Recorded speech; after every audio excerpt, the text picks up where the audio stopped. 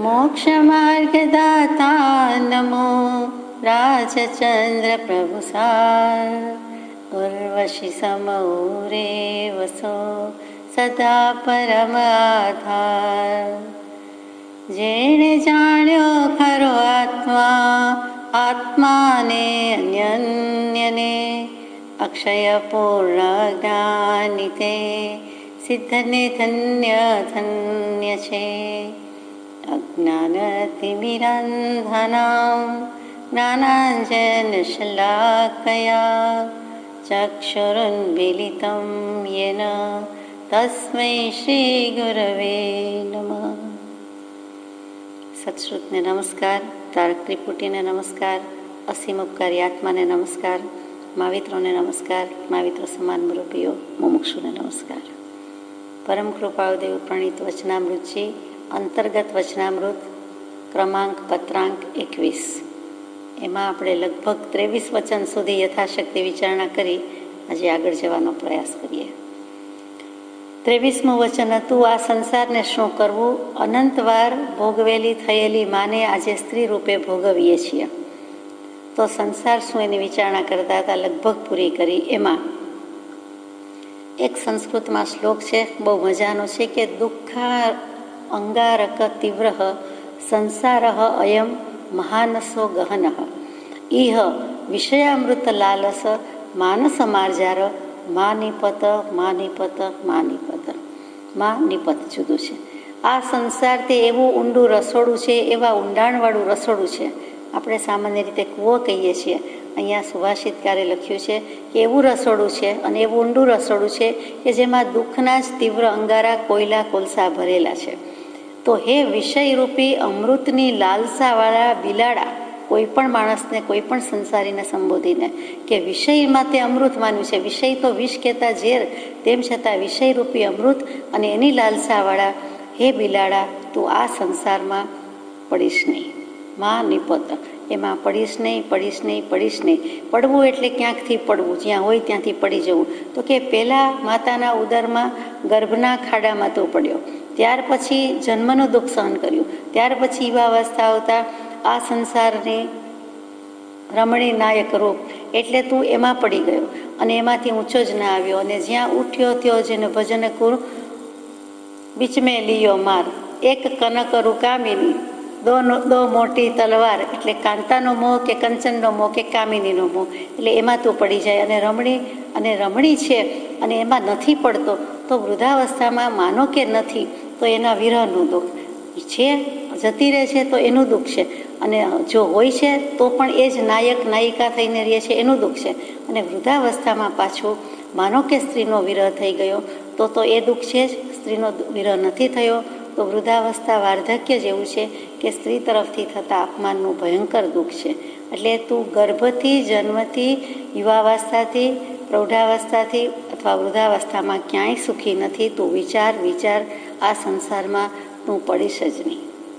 પણ કંઈ ઉપર આકાશમાં સિદ્ધશિલામાં હતા ને પડ્યા એમ તો છે નહીં, અનાદિકાળથી સંસાર લઈને જ બેઠા છીએ। આત્માને કર્મનો મેલ, મળ, વળગાડ, ભાવમલ જે કયો તે છે ને છે।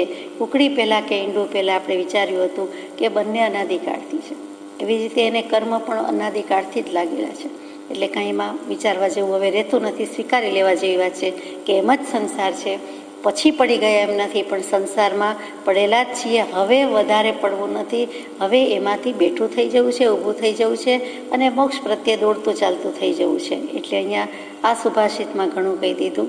તો કૃપાળુદેવે તો હદ કરી છે કે આ સંસારને શું કરવું? આપણે કોઈ વસ્તુ આવે છે અને બિનજરૂરી લાગે છે, બિનઉપયોગી લાગે છે તો કહીએ છીએ આને મારે શું કામ છે, આને મારે શું કરવું, આને ક્યાં સાચવવું, આ મારે ખપની નથી, અથવા હું શું કરું? તો ભગવાન કહે છે સંસારને એમ કહેવા જેવું છે, એટલે કે સંસાર ભાવને એમ કહેવા જેવું છે, દેહ ભાવને, અન્ય ભાવને કહેવા જેવું છે કે તું મારી પાસે ક્યાંથી આવ્યું, તું તો બીજું છે, પરદ્રવ્ય છે, પરભાવ છે, તારી વાત મારે કરવી પણ નથી। તો સંસાર ભાવ છૂટે, સંસાર ભાવ છૂટે એટલે દેહ ભાવ છૂટે, અન્ય ભાવ છૂટે એટલે સંસાર છૂટે। બીજી રીતે તો સંસાર જંજીર કેવી રીતે તૂટે? તો કે આત્મભાવમાં આવીએ તો તૂટે। તો આત્મભાવમાં આવવા માટે દેહ ભાવ, સંસાર ભાવ મૂકવાનો છે। એકદમ સીધી વાત સમજાવી દીધી છે। આગળ જઈએ। 24મું વચન, નિર્ગ્રંથતા ધારણ કરતાં પહેલાં પૂર્ણ વિચાર કરજો, એ લઈને ખામી આણવા કરતાં અલ્પારંભી થજો. નિર્ગ્રંથતા એટલે ગ્રંથિ વિનાના થવા માટે ધારણ કરવાની છે, એટલે કે આભ્યંતર ગાંઠ મિથ્યાત્વ એ તો છોડી દેવાની છે. એ છોડી દીધી પછી આભ્યંતર પરિગ્રહ ગયો. બાહ્ય પરિગ્રહ શું છે? તો ધન, ધાન્ય, ધાતુ વગેરે, દુપદ, ચૌપદ બધું કીધું કે પશુધન વગેરે રાખવામાં આવતું, અથવા તો બધા પ્રકારનો જે કંઈ પરિગ્રહ છે એ છોડી દઈએ. એટલે કે સર્વસંગ પરિત્યાગ, સર્વ વસ્તુનો ત્યાગ, દેશવીરતીમાંથી આપણે સર્વસંગ પરિત્યાગ એટલે દીક્ષા કે સંયમ લઈ લઈએ અને નિર્ગ્રંથ થઈ જાય. તો એ કરતાં પહેલાં પૂર્ણ વિચાર કરજો. પૂર્ણ વિચાર કોઈ કરતું નથી, મોટા ભાગે કરતું નથી. એકાંતે એકાંગી વિચાર હોય છે. ઘર છોડી દેવાનો ભાવ તો કેટલાય જીવને થાય છે. એ વૈરાગ્ય કેટલાયને હોય છે, પણ કેટલાકને દુઃખ ગર્ભિત, કેટલાકને મોહ ગર્ભિત અને કોઈક વિરલાને જ્ઞાન ગર્ભિત વૈરાગ્ય હોય છે. તો એ વૈરાગ્ય આવે એ તો સારી વાત છે, અને દીક્ષા લે એ પણ ઉત્તમ વાત છે, પણ પૂર્ણ વિચાર કરી જુઓ. અને પૂર્ણ વિચાર કરતાં જરૂર એમ જણાય કે આ કાળમાં અને આ અપેક્ષાએ આ દૃષ્ટિથી મારા માટે આ કેટલું યોગ્ય છે કે કેમ, સુસંગત છે કે કેમ. અને એમાં પણ જો સાચા સદગુરુ સત્પુરુષનો જોગ થાય તો એ તો આખું સ્વરૂપ સમજાવી દે, સાંગોપાંગ વિચારવાનું કહે.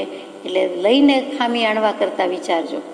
માનો કે લઈ લીધું અને પછી દોષિત થાય છે, તો એવું કરવાનું નથી. ફર્સ્ટ ક્લાસ દેશમાં રહીને, ફર્સ્ટ ક્લાસ જગ્યાએ રહીને થર્ડ ક્લાસ કામ કરવાના નથી. આશ્રમ જેવા પવિત્ર સ્થળમાં રહીને થર્ડ ક્લાસ, સેકન્ડ ક્લાસ કે ક્લાસલેસ વિચાર કરવાના નથી, સેન્સલેસ વિચાર કરવાના નથી. એના કરતાં ખરાબમાં ખરાબ જગ્યાએ રહીને, સંસારના કાદવમાં રહીને પણ ફર્સ્ટ ક્લાસ ધ બેસ્ટ વિચાર કરે, આત્માના વિચાર કરે તો એ અગત્યનું છે. એટલે સૌથી ઉપર જઈને સૌથી નીચેની વાત ન હોય. તો અહીંયા પણ એવું જ કહેવું છે કે નિર્ગ્રંથ દશા લઈ લઈએ, દીક્ષા લઈ લઈએ, સંયમ લઈ લઈએ અને પછી કાંઈ પાડી શકે નહીં, એમાં દોષ લાવે, દૂષિત કરે, બીજાને કરે, સમાજને કરે, ધર્મને કરે, આખા દર્શનને કરે, સંપ્રદાયને કરે, પોતાને તો સૌથી વિશેષ નુકસાન કરે.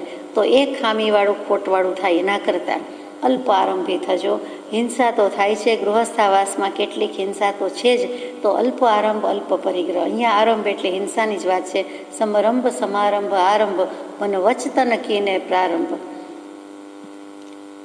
જે કંઈ સવારની આલોચનામાં આપણે ગાઈએ છીએ તે તો કે મન વચન કાયાથી કંઈ ને કંઈ દોષ તો થયા જ કરે છે, પણ જોઈએ તેટલી હિંસા કરવાની બદલે અંશે ઓછી દેશ અહિંસાનું પાલન કરજો. સર્વ રીતે અહિંસક ન થઈ શકો તો કાંઈ નહીં, એટલે દીક્ષા ન લઈ શકો તો કાંઈ નહીં, પણ ગૃહસ્થાવાસમાં શબ્દ મૂક્યા નથી, પણ ભાવ તો એ જ છે કે તો અલ્પારંભી થવું. ઓછી સાધન, ઓછી જરૂરિયાત, ઓછામાં રહેવું, પણ વધુ અથવા તો તદ્દન છોડી દેવું નહીં અને વધુની લાલસા, લોભ રાખવો નહીં. બંને રીતે કૃપાળુદેવે બેલેન્સ રાખવાનું કીધું. બધું છે તે મૂકીને, છોડીને, ફનાફાતર થઈને નીકળી પડવું એમ પણ વાત નથી. તો પછી સામે એમ પણ વાત નથી કે જિંદગીભર છેલ્લા શ્વાસ સુધી ધન, આજીવિકા વગેરે કમાવવું, બચાવવું, બનાવવું અને એમાં જ રચપત રહેવું, એ પણ ના કહી. એટલે આરંભ પરિગ્રહની પણ ના કહી, અતિશય આરંભ પરિગ્રહની પણ ના કહી, અતિશય ત્યાગની પણ ના કહી, મધ્યસ્થ કહ્યું છે. પૂર્ણ વિચાર કરવાની વાત છે. વિચાર કરીને વિચારશીલ જો કરી શકે તેમ હોય, તેના સંયોગો એને રજા આપતા હોય, પરમિટ કરતા હોય, પોતાને અનુકૂળતા લાગતી હોય, પોતાની સ્વસ્થતા, ક્ષમતા બધી રીતે જો હોય અને પાડી શકે, અને વળી જેના શરણે, જેની પાસેથી દીક્ષા ગ્રહણ કરે છે તે પામેલો પુરુષ જોઈએ, તે આત્મજ્ઞાની જોઈએ. તે સાધુ હોય કે સાધ્વીજી હોય. આત્મજ્ઞાન વિનાનું મુનિપણું કહ્યું જતું જ નથી. ખરું મુનિપણું, આત્મજ્ઞાન ત્યાં મુનિપણું, તે સાચા ગુરુ હોય. બાકી કુળગુરુ કલ્પના આત્માથી નહીં જોઈ. તો એ પ્રમાણે વિચાર કરવાનો છે. અહીંયા આપણને બોટાદવાસી મણીલાલભાઈને જે કહ્યું તો કૃપાળુદેવે સુંદર પત્ર મૂક્યા છે કે બહુ જ દીક્ષાનો ભાવ હતો અને પછી કૃપાળુદેવનો સત્સંગ થયો, સૌભાગભાઈના નિમિત્તે થયો, પોતે પણ કર્યો અને પછી જે સમજાવ્યું છે તે યાદ આવી જાય. એ 401 નંબરમાં એમનો જવાબ છે, તે વખતે વિચારીશું. પણ બહુ સુંદર મૂક્યું છે અને મણીભાઈ સુગ્ન હતા, સમજી પણ ગયા. અને પછી તો એમને સંસારમાં પડવું પડ્યું, સંસાર ભોગવવાનો પણ બાકી હતો. અને કૃપાળુદેવે જે સિફતથી, જે કરુણાથી એને વાર્યા છે તે ખરેખર વિચારણીય છે. 25મું વચન. સમર્થ પુરુષો કલ્યાણનું સ્વરૂપ પોકારીને કહી ગયા, પણ કોઈ વિરલાને જ તે યથાર્થ સમજાયું. સમર્થ પુરુષો, કેવલ જ્ઞાની પુરુષો, જ્ઞાની ભગવંતો કલ્યાણનું સ્વરૂપ પોકારીને કહી ગયા. જીવ પોતાની મેળે માની લે કે અહીંથી મારું કલ્યાણ થાય, કે આમ મારું કલ્યાણ થાય, કે આ પ્રકારે કલ્યાણ થાય, તો તેમ માનવા યોગ્ય નથી. જીવનું કલ્યાણ થવું તો જ્ઞાની પુરુષના લક્ષમાં રહેલું છે. જ્ઞાની પુરુષ જ સમજી શકે છે કે આ જીવનું કલ્યાણ કેવી રીતે થાય, શેમાં રહેલું છે, શું કહેવાથી થશે, શું કરવાથી થશે. જીવ પોતાની મેળે નિજ છંદે સ્વચ્છંદે નિજ બુદ્ધિ કલ્પનાએ આજ સુધી ચાલ્યો અને પરિભ્રમણ નિવૃત્ત ન થયું. આપણે રખડીએ છીએ એનું મોટું કારણ કે કલ્યાણનું સ્વરૂપ સમજાયું જ નહીં. કલ્યાણનું સ્વરૂપ જ્યાં માગવાનું હતું, જ્યાંથી સમજવાનું હતું, ત્યાંથી સમજ્યા નહીં. જે સ્વરૂપ સમજ્યા વિના, જે કલ્યાણનું સ્વરૂપ સમજ્યા વિના, જે નિજ કલ્યાણ આત્મકલ્યાણનું સ્વરૂપ સમજ્યા વિના પામ્યો દુઃખાનંદ. સમજાવ્યું તે પદનમું શ્રી સદગુરુ ભગવાન. તો જે જ્યાંથી થાય ત્યાંથી જ થાય. દીક્ષા પછીનું જ આ વચન છે એટલે બરોબર છે. એમણે શું કહ્યું છે, જ્યાં ત્યાં કલ્યાણનું સ્વરૂપ કશાય ઘટે તે કલ્યાણ, એ પણ લખ્યું છે. કલ્યાણ એટલે શું, કંઈ મોટું સ્વરૂપ છે? તો કે કલ્યાણ એ આત્માનું સ્વરૂપ જ છે. કશાય ઘટે તો કલ્યાણ જ છે. દિવસે દિવસે ઘટતા જાય, દર વખતે ઘટતા જાય, દર ભવે ઘટતા જાય અને અનંતાનુબંધી ઘટી જાય. અગર તો ક્ષય થઈ જાય તો પણ એને સમ્યક દર્શન થઈ જાય. એટલે કશાયની ઉપશાંતા તો પાયાની પહેલી શરત છે. એટલે કહ્યું કે જ્યાંથી કશાય ઘટે તે કલ્યાણ, એવું કલ્યાણનું સ્વરૂપ. અને પોકારીને કહી ગયા. 166માં પત્રમાં કૃપાળુદેવે સુંદર મૂક્યું કે અનંતકાળથી બધું કર્યું જીવે, છતાં પણ હજી સત્સુણ્યું શ્રદ્ધ્યું નથી, તો જ છૂટવાની વાર્તાનો ભણકાર ન થાય. બાકી થાય જ. અને પછી લખ્યું કે મોક્ષનો માર્ગ 2 અક્ષરમાં રહેલો છે અને પામેલો પમાડશે. એમાં ચોખ્ખું કહી દીધું. એટલે કલ્યાણનું સ્વરૂપ જ્યાં દીક્ષા લેવાની છે, જ્યાંથી શિક્ષા લેવાની છે, તો એ પામેલો હોય તો આવડે. ગુરુ પાસે હોય તો આપે, ન હોય તો શું આપે? શાકવાળા પાસે શાક જ મળે અને ઝવેરી પાસે ઝવેરાત મળે. પણ આ સીધો સાદો વિવેક આપણે નથી કરી શક્યા અને અત્યાર સુધી જન્મ મરણ ઊભા રહ્યા છે. 194માં પત્રમાં કૃપાળુદેવ લખે, જીવને માર્ગ મળ્યો નથી એનું શું કારણ? એટલે કે મોક્ષનો કે કલ્યાણનો મળ્યું નથી. તરત જ જવાબ આપી દે છે કે ભાવ અપ્રતિબદ્ધતાથી નિરંતર વિચરે છે તેવા સત્પુરુષો, તેના ચરણારવિંદ પ્રત્યે અચળ પ્રેમ અને સમ્યક પ્રતીતિ આવ્યા વિના સત્સ્વરૂપની પ્રાપ્તિ થતી નથી.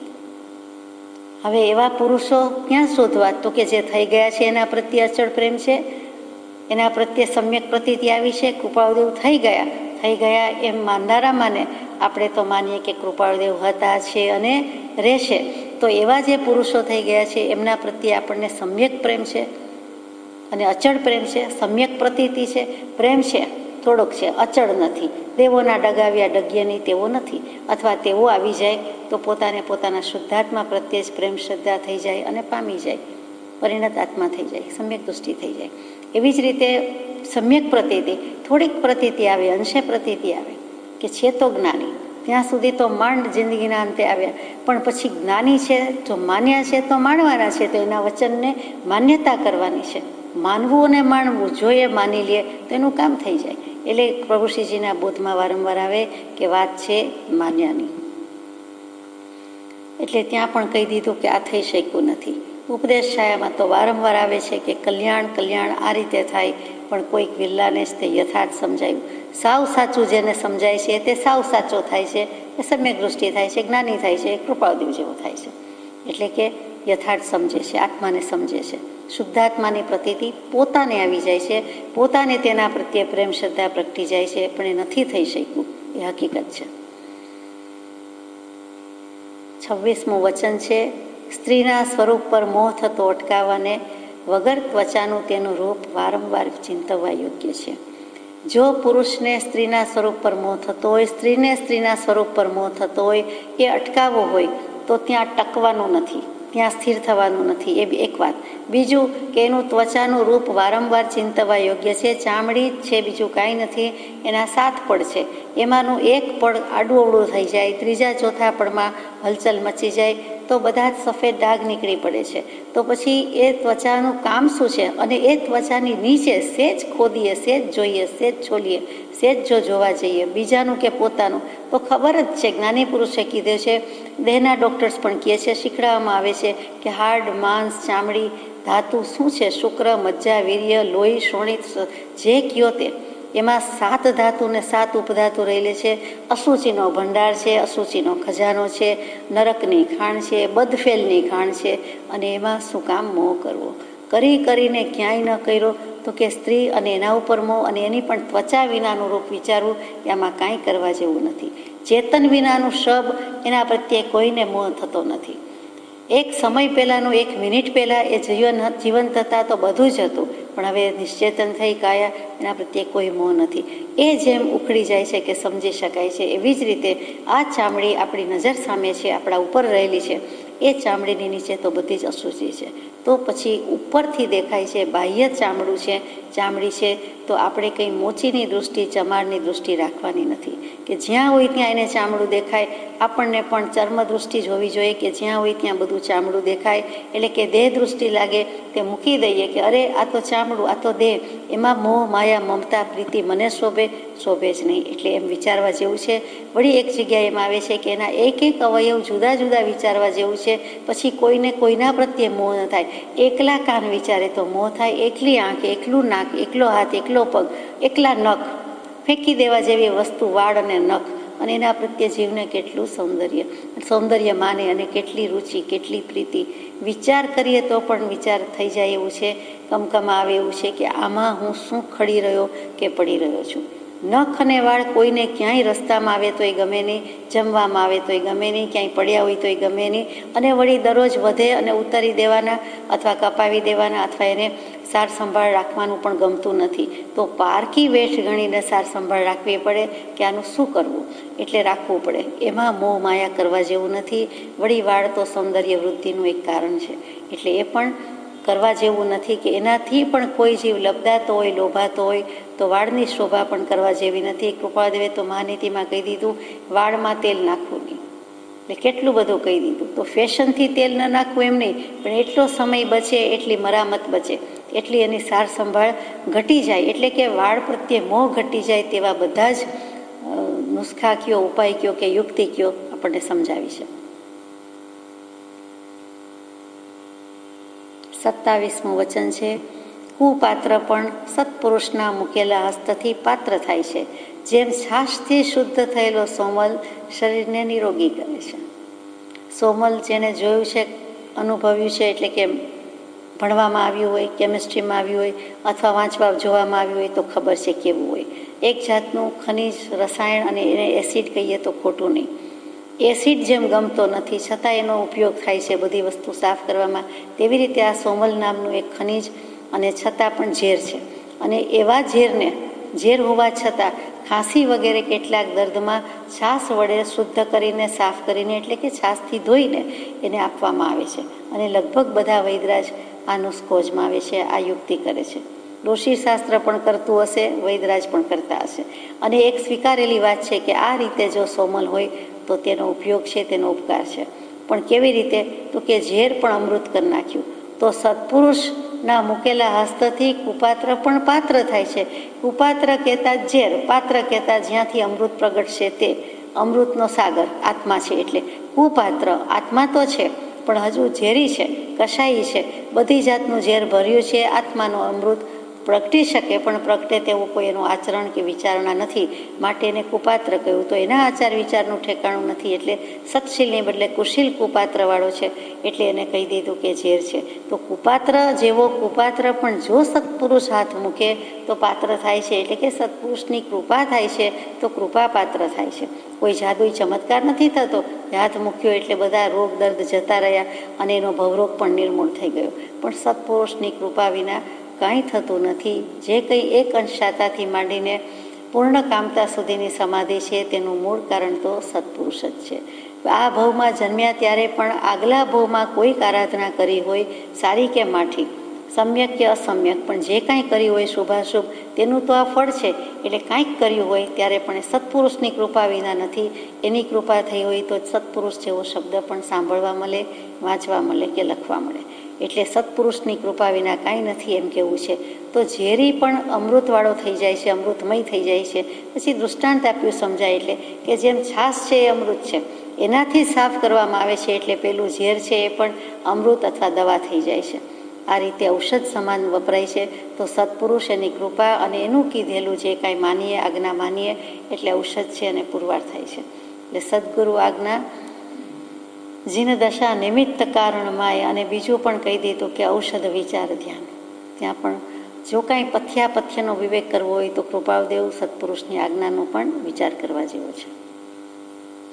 કેમ કે શરીરને નિરોગી કરે છે, એટલે કે ભવરોગથી આપણને દૂર કરે છે. શરીર જેમ રોગરહિત થાય છે તેમ આરોગ્ય પ્રાપ્ત થાય છે. આરોગ્ય શબ્દ જ મજાનો છે, રોગરહિત. એટલે ધાર્મિક રીતે, આધ્યાત્મિક રીતે આત્માનું આરોગ્ય ક્યારે પ્રાપ્ત થાય? તો કે જ્યારે બોધિલાભ થાય, ત્યારે સમ્યક દર્શન થાય, ત્યારે એમ કહી શકીએ કે હવે હું ભવરોગ રહિત થયો. અને સંપૂર્ણ મુક્ત થાય ત્યારે તો સવાલ જ નથી, ભવબંધનથી મુક્ત થયો. 28મું વચન છે, આત્માનું સત્ય સ્વરૂપ એક શુદ્ધ સચ્ચિદાનંદમય છે, છતાં ભ્રાંતિથી ભિન્ન ભાસે છે, જેમ ત્રાસી આંખ કરવાથી ચંદ્ર બે દેખાય છે. બાળકો હજુય કરતા છે, આપણે કોઈક વાર ભૂતકાળમાં બાલ્યાવસ્થામાં કર્યું છે કે એક આંખ સેજ ઊંચી નીચી કરે, ચંદ્ર સામું રાખ્યું હોય, તરત જ બે ચંદ્ર દેખાય. આ તો ચંદ્રમાં તો ઊંચે જોવાનું આવ્યું, પણ આપણે આઈ લેવલથી જ આપણી નજર સમક્ષ કાંઈ હોય અને સેજ એક જ આંખ ઊંચા નીચી કરીને આંગળીથી આમ જોતા હોઈએ તો બે લીમડા દેખાય, બે ઘડિયાળ દેખાય, બે રેડિયા દેખાય, બે સ્પીકર દેખાય, વગેરે વગેરે આપણો અનુભવ છે. શું કામ? તો કે આંખમાં કંઈક રમત કરી, સેજ હાથથી એને ત્રાસી કરી અથવા તો જે સેજ વાંકી કરી, એટલે એને ભિન્ન લાગ્યું, બે વસ્તુ જુદી લાગી. તો બહુ સુંદર મૂકી દીધી છે વાત કે આત્માનું સત્ય સ્વરૂપ, આત્મા તો એક જ છે. આપણો આત્મા એક છે, બીજાનો આત્મા એક છે. એમાં અનંત ગુણ રહ્યા છે એની નાની, અનંત શક્તિ રહી છે એની નાની, વળી સમ્યક દર્શન જ્ઞાન ચારિત્ર એનામાં રહેલા છે, તે અભેદપણે રહેલા છે. એ કંઈ થોડા થોડા ભાગ ટકા નથી. એ ત્રણેય પણ આત્માથી જુદા નથી, આત્માની સાથે વણાયેલા જ છે, માત્ર આપણને એનું ઓળખાણ નથી, પરિચય નથી, એટલે એના પ્રત્યે પ્રીતિ અથવા તો શ્રદ્ધા નથી, અને વિશ્વાસ નથી, અને શ્રદ્ધા નથી. બાકી વાતમાં કંઈ માલ નથી. તો કે આત્માનું સત્ય સ્વરૂપ, આત્મા સત એટલે કે અસ્તિત્વ ધરાવે છે, તે આત્મા સત ચૈતન્યમય સર્વાભાસ રહિત. એમાં કંઈ ભાસ નથી, આભાસ નથી. એ ચૈતન્ય છે, એ જ્ઞાન દર્શન ઉપયોગ રહિત સહિત છે, એવું ચૈતન્ય છે. તો એની વાત કેવી રીતે કરી? એક શુદ્ધ સચ્ચિદાનંદમય છે. હવે સચ્ચિદાનંદ શબ્દ સમજવાના છે. અહીંયા કોઈ વ્યક્તિ સચ્ચિદાનંદની વાત નથી, પણ અહીંયા સચ્ચિદાનંદ આત્માના વિશેષણ છે, ગુણ છે. વેદાંત દર્શનમાં આ શબ્દ વારંવાર આવે તેની વાત છે. જૈન દર્શનમાં જેટલી વાર સમ્યક દર્શન જ્ઞાન ચારિત્ર આવતું હશે, એટલી જ વાર વેદાંત દર્શનમાં સચ્ચિદાનંદ આવે. તો સત શું, ચિત શું, આનંદ શું? સત શું? પહેલું તો અસ્તિત્વ. અસ ધાતુ છે સંસ્કૃતમાં, અસ પરથી અસ્તિત્વ, હોવું અને થવું. ભૂ એટલે હોવું અને થવું, અસ એટલે પણ હોવું. એટલા માટે સત કહેતા જે હંમેશા છે, વિદ્યમાન છે, ત્રણેય કાળમાં જેનું અસ્તિત્વ છે, મોક્ષે જાય તો પણ આત્માનું અસ્તિત્વ તો આત્મા તરીકે રહે જ છે. એ કંઈ ચેતન જળ થતું નથી, જળ ચેતન થતું નથી. એવો અનુભવ કોઈને ક્યારેય કદી ન થાય. કૃપાદેવ કે જળથી ચેતન ન ઉપજે, ચેતનથી જળ ન ઉપજે, આત્મા આત્મા જ છે. તો સત ત્રણેય કાળમાં છે, જેનો બાધ ન થાય તે. વેદાંત દર્શનનો શબ્દ બાધ છે. બાધ એટલે બાધા, અંતરાય, મુશ્કેલી, અડચણ. એ અહીં કેવું નથી. અહીંયા બાધ એટલે શું? જેનો બાધ ન થાય તે સત. તો બાધ શું? એટલે એને કોઈ બાધા ન પહોંચી શકે તે. પણ શાસ્ત્રીય ભાષામાં, શિષ્ટ ભાષામાં વેદાંત દર્શનમાં એનો અર્થ મૂક્યો છે કે મિથ્યાપણાનો નિશ્ચય. એટલે કે જેને બાધ ન આવે તે, એટલે કે જેમાં મિથ્યાપણાનો નિશ્ચય ન આવે તે, એટલે જે નકામું નથી તે. એમાં નકામું છે, ન કામનું છે એમ ન થઈ જાય. એટલે કે 2 નેગેટિવ મેક્સ 1 પોઝિટિવ. એટલે જે મિથ્યાપણાનો નિશ્ચય ન કરવા દે, આ નથી એમ નથી, માયાની જેમ આ નકામું છે એમ નથી, એવો જે કોઈ નિશ્ચય કરાવે છે ત્રણેય કાળને વિશે, ત્રણેય લોકને વિશે, તેનું નામ સત. અને પછી પાછો શેમાં આવો નિશ્ચય કરાવે છે? તો શેમાં બાધ નથી થતો?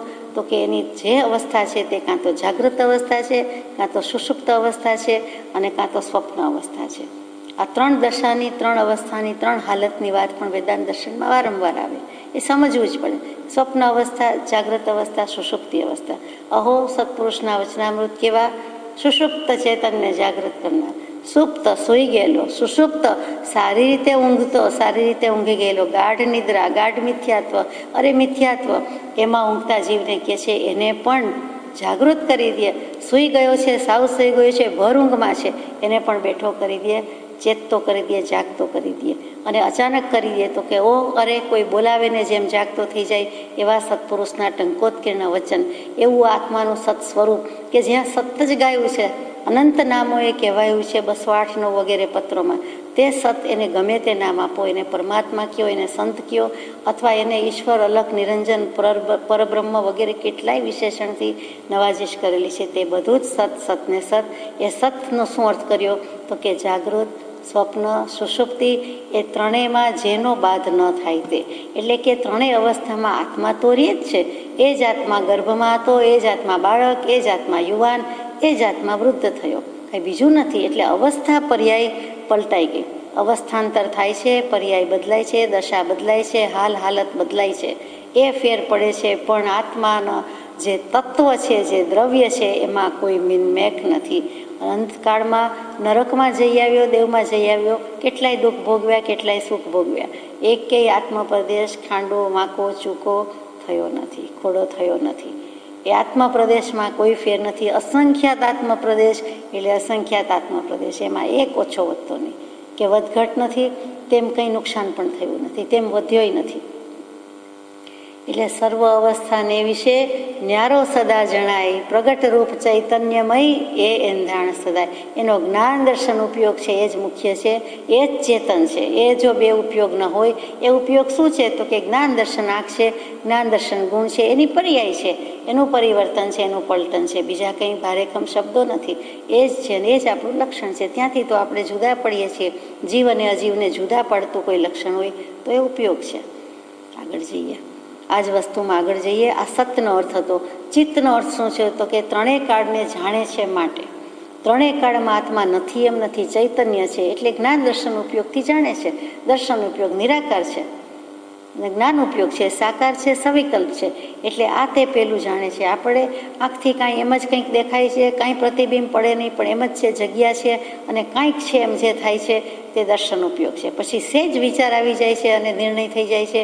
આ તો ટેબલ, આ તો ખુરશી, આ તો ગાદલું, આ તો પલંગ, આ તો ઘડિયાળ, આ તો પુસ્તક, આ તો શાસ્ત્ર, એમ જે થાય છે, આ તો વ્યક્તિ, આ તો ભાઈ, આ તો બેન, એ બધું જ જ્ઞાન છે. એટલે કે જ્ઞાન ઉપયોગ છે. જ્યાં સુધી ઓવરઓલ જુએ છે ત્યારે માત્ર એને દર્શન જ છે. તો અહીંયા તો ચિત્ત કીધું છે, ત્રણેય કાળને જાણે છે માટે. આત્માનો જ સ્વભાવ છે જાણ કરવાનો, બીજા કોઈનો નથી. અને આત્માનો સ્વભાવ એટલે છે કે એને જ્ઞાન ઉપયોગ રહેલો છે, કે જ્ઞાન ઉપયોગ બધું જાણ્યા કરે છે, કયા કરે છે. તો તે ચિત્ત થઈ ગયું. એ જ જાણ કરવામાં મન જ્યારે ઉમેરાય છે, એટલે કે મનરૂપી મોજા, ચિત્ત ડબલ થઈ જાય ત્યારે ચિત્તનો અર્થ મન થઈ જાય છે, અંતઃકરણનો અર્થ મન થઈ જાય છે. એકલું ચિત્ત કહીએ ત્યારે ચિદઘન, શુદ્ધ ધાતુ, હું આત્મા, શુદ્ધ બુદ્ધ ચૈતન્ય ઘન, સ્વયં જ્યોતિ, સુખધામ, કાંઈ ગોબો પડે નહીં, કોઈ ગમે તે કહે, કોઈ ગમે તે કરે, તે આત્માની ખુમારીથી જીવીએ. તે શુદ્ધ બુદ્ધ ચૈતન્ય ઘનની ખુમારી છે, કે સોલિડ પદાર્થ છે, સોલિડ ઘન છે. આની સામે બધું બરબર ભૂકો થઈ જશે. તેમ જે છે તે ચૈતન્ય ઘન. પણ એ ચિત્ત, પણ ચિત્તમાં જેવા સંકલ્પ વિકલ્પ આવ્યા, એટલે મનજીભાઈ આવ્યા, મનડું આવ્યું, એનો રોલ બદલાઈ ગયો. એટલે એની દશા બધી અવદશા થઈ ગઈ. તરત જ પોતાના ઉપયોગને બદલે બીજા ઉપયોગમાં ગયો. એ સંકલ્પ વિકલ્પનું કામ કરે છે. એટલે મોજા તરંગ લાવે છે, એટલે ત્યાં ચિત્ત થઈ ગયો. એટલે યશો વિજયજી મહારાજના સ્તવનમાં આવે કે ક્લેશે વાસિત મન તે સંસાર, અને ક્લેશ રહિત મન તે ભવપાર. એટલે ક્લેશ સહિત અને ક્લેશ રહિત એમ કહીને એમણે સંસાર અને ભવપાર બંનેનો સરસ પ્રાસ મેળવ્યો છે. એ સ્તવન આપણે ઘણીવાર ગાઈએ છીએ. પછી હવે આવે છે સચ્ચિત આનંદ સ્વરૂપ. આનંદ શું? આત્માને સૌથી વધારે આત્મા જ પ્રિય છે. જીવને પોતાનો જીવ જ વાલો છે, ભલે દેહાધ્યાસ હોવાથી વાલો છે, પોતાનું જીવતર વાલું છે.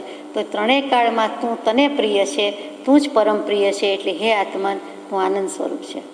એટલે ત્યાં આનંદનો અર્થ એ કર્યો છે કે તારામાં આનંદ રહેલો છે, અને તને પોતાના અસ્તિત્વની, પોતાના જીવતરની ખુશી છે, આનંદ છે. એટલે તો તું નવા નવા ભવ જીવ બધા ધારણ કર્યા કરે છે, નવા નવા દેહ લીધા કરે છે. પણ હકીકતમાં તારો આત્માનો આનંદ અંતરંગ આનંદ છે, અને તું તને પ્રિય છે. આ પણ વેદાંત દર્શનની 1 થી 10 શરૂઆતની વાત શીખવાડતા હોય તેવું સચ્ચિદાનંદ શબ્દની શૈલી છે. આ આપણે આખું વેદાંત દર્શનથી સમજ્યા. ઉપદેશ છાયામાં પણ કૃપાળદેવે કહી દીધું કે આ સચ્ચિદાનંદ સ્વરૂપ કેમ દેખાતું નથી, ભ્રાંતિથી ભિન્ન ભાષે છે, અહીંયા લખ્યું છે. તો ઉપદેશ છાયામાં જે કહ્યું તે સ્વચ્છંદ અને કલ્પના તે ભ્રાંતિ છે. શું કામ નથી સમજાયું? તો કે ભ્રાંતિથી, એટલે ભ્રમમાં રહ્યા, એટલે ખોટી માન્યતામાં રહ્યા, એટલે કે વહેમમાં રહ્યા. ઘણીવાર આપણે વ્યવહારમાં કહીએ આ ભાઈ જેવા લાગે છે, આ બેન જેવા લાગે છે, આ વ્યક્તિ આ હીરો જેવી લાગે છે. તો એ વખતે શું છે, એના જેવી કહે છે અને જેવી કેવી પડે છે. ખરેખર સરખાવો તો હજાર જાત તો ભેદ દેખાય, પણ સામાન્યપણે બીજા બધા જીવ કરતાં સૌથી વધારે રિઝેમ્બલન્સ, સામ્ય જે તે વ્યક્તિ સાથે આવ્યું એટલે આપણે એમ કહીએ છીએ. અહીંયા તો કૃપાળુદેવ કહે છે કે ભ્રાંતિ સાવ ભ્રાંતિ જ છે, ભ્રાંતિથી ભિન્ન જ છે. ભ્રાંતિ જ રાખવા જેવી નથી, એ વહેમ રાખવા જેવું નથી, બફમમાં રહેવા જેવું નથી કે આ પ્રમાણે છે સ્વચ્છંદ કલ્પના તે ભ્રાંતિ છે. સત સત જ છે, અસત અસત છે તે છે ને નથી તે નથી, એ જેટલું સ્પષ્ટ સમજાય છે તેવી જ રીતે આ સમજવા જેવું છે. આત્મા સત સ્વરૂપ છે, સચ્ચિદાનંદ સ્વરૂપ છે, શુદ્ધ જ છે. બીજું બધું થયા કરે છે તે પર્યાયમાં થાય છે અને તે નથી માનતા, સ્વચ્છંદ કરીએ છીએ. અથવા તો મને આત્મા પ્રાપ્ત થઈ ગયો, તે પણ સ્વચ્છંદ છે, કલ્પના છે. એ ભ્રાંતિથી ભિન્ન જ આત્માનું સ્વરૂપ રહ્યું છે. બધા સર્વ આભાસથી રહિત એવું આત્માનું સ્વરૂપ છે. વેદાંત દર્શનમાં પંચભ્રાંતિ આવે, ભ્રમ પંચક આવે, તે આપણે અત્યારે લેતા નથી, કોઈ વાર એનું અનુસંધાન હશે ત્યારે લઈશું. એ પાંચેય પ્રકારની ભ્રાંતિથી રહિત આત્માનું શુદ્ધ સચ્ચિદાનંદમય સ્વરૂપ છે. તો જૈન દર્શન તો કહે જ છે કે દેહ અને આત્મા ભિન્ન જ છે. આત્મા દેહથી જુદો, શરીરથી જુદો, ઇન્દ્રિયથી જુદો, બધા પ્રાણથી જુદો, પર્યાપ્તિથી જુદો, જે લાવો તે બધી પર્યાયથી જુદો, જુદો ને જુદો. એનું ન્યારું નિરાળું અનોખું નોખું અલગ સ્વરૂપ છે ને છે. તો એ અલગું જ છે, તો બીજા ઉપર લગાવ શું કામ કરીએ છીએ? આત્માને કોઈ પ્રત્યે લગાવ હોઈ શકે નહીં. એ અલગાવ અળગું છે, તો પછી શું કામ ને બધાને વળગીને આપણે લાગી પડીએ છીએ અને શું કામ ભાવ કરીએ છીએ? સમજાતું નથી. કૃપાળુદેવ કહે છે કે આ વારંવાર વિચારવા જેવું છે. જેમ એક ત્રાસી આંખ કરવાથી બે ચંદ્ર દેખાય છે, તેમ આ રીતે કરવાથી ડબલ લાગે છે, વધારે દેખાય છે, પણ ખરેખર તો બધી ભ્રાંતિ જ છે. 211માં પત્રમાં પણ કહી દીધું, સત જે કંઈ છે તે સત છે અને કલ્પનાથી વ્યતિરિક્ત છે, ક્યાંય આઘે છે. એને કલ્પનાને કોઈ માથા મેળ વિનાની વાત છે, ક્યાંનું ક્યાંય છે. અસતમાં સત હોઈ શકે જ નહીં. એવી જ રીતે 833માં પત્રમાં બહુ સુંદર કૃપાળુદેવે મૂક્યું છે કે ચંદ્ર ભૂમિને પ્રકાશે છે. તેના કિરણની કાંતિના પ્રભાવથી સમસ્ત ભૂમિ શ્વેત થઈ જાય છે, પણ કંઈ ચંદ્ર ભૂમિરૂપ થઈ જતો નથી. કોઈ કાળે તેમ થતો નથી. આકાશમાં રહેલો ચંદ્ર ચંદ્ર જ છે અને ભૂમિ પર રહેલી ભૂમિ કે ભૂમિ પર રહેલી કોઈ પણ વસ્તુ ત્યાં જ છે. એના પર પ્રકાશ થાય છે એટલે તેના પર એમ લાગે છે ચાંદની રેલાઈ ગઈ અને આખું જ જાણે ચંદ્રમય કે ચાંદનીમય થઈ ગયું, પણ તેથી કરીને તેમ થતું નથી. એમ સમસ્ત વિશ્વને પ્રકાશક એવો આત્મા ક્યારેય પણ વિશ્વરૂપ થતો નથી. આત્મા અને વિશ્વ બે જુદું જ છે, જીવ અને જગત બે જુદું જ છે. એમાં રહે છે, વસે છે, સ્વસે છે, બધું છે, પણ તે રૂપ થઈ જતો નથી. એને પોતાને તે રૂપ થઈ જાય છે. પોતાના ભાવથી એમ માને છે કે હું ઝાડ જેવો જ થઈ ગયો, હું પુષ્પ જેવો થઈ ગયો, ફૂલ જેવો થઈ ગયો. કોઈ વસ્તુ લેવા ગયા, સોનું ચાંદી લેવા ગયા તો એના મય થઈ જાય, એના જેવા થઈ જાય. જમવામાં કોઈ ભાવતી ફાવતી વસ્તુ હોય તો એકદમ તેના મય થઈને અધ્યાસપૂર્વક વર્તે, જમે, તે તેનામય થાય છે. પણ અહીંયા વિશ્વ અને આત્મા, જગત અને આત્મા, જીવ, બંને વસ્તુ જુદી જ છે. તેવી જ રીતે સદા સર્વદા ચૈતન્ય સ્વરૂપ જ રહે છે. આત્મા વિશ્વરૂપ થતો નથી, પણ વિશ્વમાં જીવ અભેદતા માને છે, એ જ ભ્રાંતિ છે. જીવ વિશ્વને ને પોતાને અભેદ માને છે કે હું અને વિશ્વ એક, હું અને જગત એક, એવું જે અભેદ એક માન્યા તે ભ્રાંતિ છે. એટલે બેને એક માનવા જેવા નથી. દુનિયા જુદી છે, જીવ જુદો છે. 29મું વચન, યથાર્થ વચન ગ્રહોમાં દંભ રાખશો નહીં કે આપનારનો ઉપકાર ઓળવશો નહીં. યથાર્થ વચન ગ્રહવામાં, હવે જો આ ઉપલું વચન યથાર્થ લાગ્યું હોય, કૃપાળુદેવ કહે છે કે આત્મા શુદ્ધ સચ્ચિદાનંદમય સ્વરૂપ છે, તો એનો જ વિચાર કરો કે ભ્રાંતિથી ભિન્ન લાગતું હતું. મારો સ્વભાવ તો આત્માનો શાંત થવાનો છે. ઓમ શાંતિ શાંતિ શાંતિ શાંતિ પાઠ કરીએ છીએ, વારંવાર કરીએ છીએ. ઉપનિષદમાં પણ એમ જ કરીએ છીએ. આપણે ક્ષમાપનામાં પણ શાંતિ બોલીએ છીએ. તો પછી શાંતિમાં જ જવાનું છે, ભ્રાંતિ છોડી દેવાની છે. આટલું ટંકોત્કીર્ણ વચન મિથ્યાત્વથી મુકાવી દઈએ એટલે કે સમ્યક્ત્વ પમાડે, મોક્ષ પમાડે એવું વચન. તો પછી આ યથાર્થ વચન ગ્રહમાં આ નથી. આપણે ભક્તિથી કહીએ છીએ. 28 પછી 29મું આવ્યું એટલે કે યથાર્થ વચન ગ્રહમાં દંભ રાખશો નહીં. હવે આ વચન જો સાચું હોય, ખરું હોય, વાસ્તવિક હોય, અસલી હોય, આત્માની જ વાત છે, અસલિયતની વાત છે, એનું પોત પ્રકાશવાની વાત છે, જે મૂળ સ્વરૂપે શુદ્ધાત્મા શુદ્ધ ઉપયોગ છે તે જો લાગતું હોય તો એને ગ્રહણ કરવામાં, એને પકડી રાખવામાં હવે દંભ કરશો નહીં, દંભ રાખશો નહીં. દંભ શું? એક તો ભ્રાંતિની વાત છે, છોડી દેવાની છે કે હવે ડોળ કરવો નથી, ખોટો શો ઓફ કરવો નથી, ખોટો ઢોંગ કરવો નથી. ખોટો તો નહીં બોલાય, ઢોંગમાં જ આવી ગયું. એટલે જે વસ્તુ છે એને એ રૂપે રાખો, સ્વીકારો. શાસ્ત્ર પુસ્તક છે તો એને શાસ્ત્ર જ કહેવાય, પછી શાસ્ત્ર રાખવાનું સ્ટેન્ડ ન કહેવાય. બે વસ્તુ જુદી જ છે. તો પછી અહીંયા બે વસ્તુ જુદી છે, જળ ચેતન જુદી છે, વિવેક કરવાનો છે, ન્યાય કરવાનો છે. તો હવે દંભ રાખશો નહીં, હવે દંભ સેવશો નહીં. નકામું તે નકામું, કામનું તે કામનું, મિથ્યાત્વ તે મિથ્યાત્વ. એ દેહાધ્યાસ, એ દેહાધ્યાસ. આત્માની વાત, આત્માની વાત. અને આપનારનો ઉપકાર ઓળવશો નહીં. અને માનો કે કોઈ પાસેથી આવું આપણને આ ઉપર ઉપકાર કર્યો, એટલે સદગુરુ તત્વનો મહિમા બતાવે છે કે માનો કે કોઈ એવું શીખવ્યું, સમજાવ્યું અને તેના યોગે, તેના બોધે આપણને ગળે ઉતરી ગયું અને આપણે કન્વિન્સ થઈ ગયા, પાંચે ઉત્તરથી થયું સમાધાન સર્વાંગ, અથવા પાંચે ઉત્તરની થઈ આત્મા વિશે પ્રતીત, તો એનો ઉપકાર ઓળવશો નહીં કે હે પરમ કૃપાળુ દેવ, તમને તો અમે પ્રત્યુપકાર શું વાળી શકીએ, પણ જે કાંઈ છે તે અમે તમારા જેવા થઈને રહીએ, આત્માને પામીએ, તો જ એ પ્રત્યુપકાર કંઈક પણ અંજલિ આપી કહેવાય. બાકી આત્માથી સૌહીન, અને તે તો પ્રભુએ આપ્યો વર્તુ ચરણાધીન. એટલે ઉપકાર બુદ્ધિ રાખવાની વાત શરૂઆતમાં આવી ગઈ, અહીંયા પણ આવી કે મહાત્મા થવું હોય તો પણ ઉપકાર બુદ્ધિ રાખો, અને અહીંયા પણ આવ્યું કે આપનારનો ઉપકાર ઓળવશો નહીં.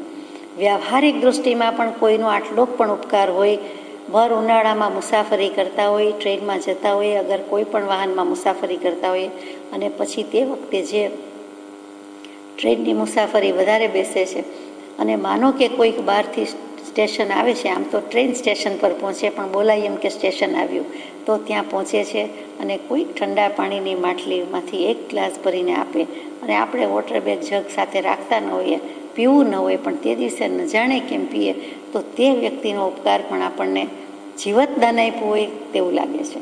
જાણે મરી જવાના હતા, આયુષ્ય પૂરું થવાનું હોય તો જ થાય, પણ જાણે એટલી તરસ લાગી હોય કે મરું હોય, અને તે વખતે કોઈ પાણી આપે તો એનો ઉપકાર કેટલો લાગે છે, એ પણ જિંદગીમાં આપણે યાદ કરીએ છીએ.